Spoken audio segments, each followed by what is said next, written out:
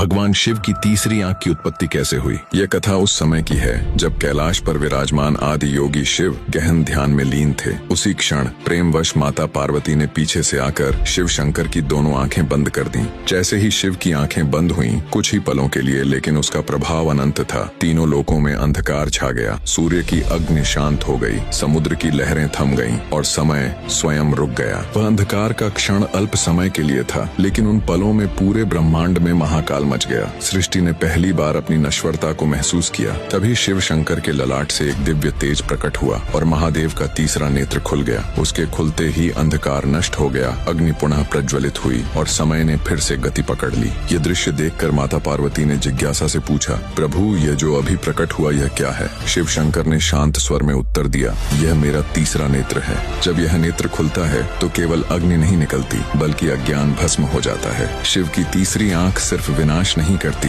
बल्कि भीतर के अंधकार को जलाती है। जब संसार में पाप, अहंकार और वासना अपनी चरम सीमा पर पहुंच जाते हैं, तब यही नेत्र खुलता है। यह बुराई को जला देता है और सच्चे ज्ञान का प्रकाश फैलाता है। शिव का तीसरा नेत्र खुलता है तो पुराना मिटता है और नया सत्य जन्म लेता है। इसलिए शिव केवल संहारक नहीं, बल्कि संतुलन के रक्षक कहलाते हैं। कहा जाता है शिव केवल कैलाश में नहीं रहते, बल्कि हर उस हृदय में निवास करते हैं जहाँ अहंकार को मिटाने का साहस हो। यदि आपको भी लगता है कि अंधकार को मिटाने वाला कोई न कोई शिव हम सबके भीतर है, तो कमेंट में लिखिए, हर हर महादेव।